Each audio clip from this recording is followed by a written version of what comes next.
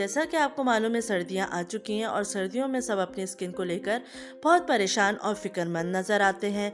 सर्दियों में skin dry खिंची खिंची रहती है, डर लगने लगती है, रंग काला और चेहरे पर झुर्रियाँ पड़ने लगती हैं। तो चलिए मैं ज़बरदस्ती रेमेडी बताती हूँ इन तमाम परेशानियों से छुटकारा पाने के लिए। तो यहाँ पे मैंने एक बाउल ले लिया है जिसमें मैंने गर्म पानी डाल दिया है और एक टॉवल ले लेंगे और टॉवल को इसमें डिप कर देंगे और इसको फिर निचोड़ लेंगे और अपने फेस इससे साफ कर लेंगे। थोड़ा सा गर्म पानी है ये, तो आप गर्म पानी में टॉवल को डालिए और अपने चेहरे को टॉवल से स्टीम कीजिए। इस तरीके से अपना चेहरा साफ कर लीजिए। उसके बाद हम लेंगे बादाम का तेल।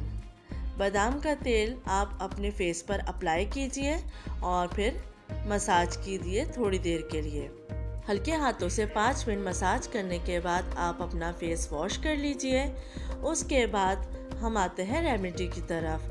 तो आपको एक आलू लेना है और उसको छील के कद्दूकश कर लेना है।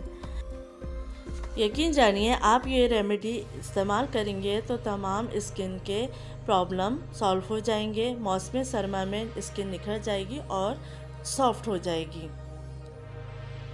कद्दूकश करने के बाद आलू को निचोड़कर इसका पानी निकाल लेंगे।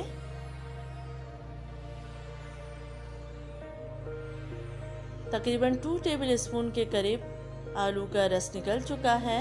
अब हम इसमें ऐड करेंगे थोड़ा सा glycerine. Half teaspoon glycerine ले लें और 2 अदद कैप्सूल ले लें विटामिन ई के। विटामिन ई के कैप्सूल आपकी स्किन को निखारते हैं, सॉफ्ट बनाते हैं। अब यहाँ पे ऐड करेंगे हम हाफ लेमन का जूस।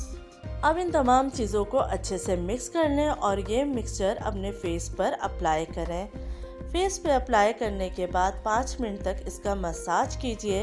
ये नुस्खा आपको रात को सोने से पहले इस्तेमाल करना है और सारी रात अपने चेहरे पे इसको लगा रहने देना है।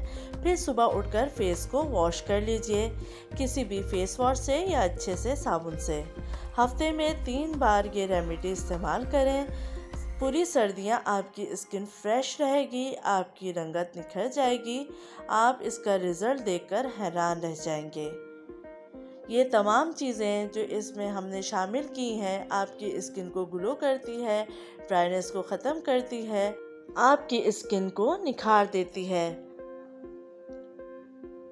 बादाम का तेल आपकी स्किन को सॉफ्ट बनाता है, फाइन लाइंस ख़त्म होती हैं।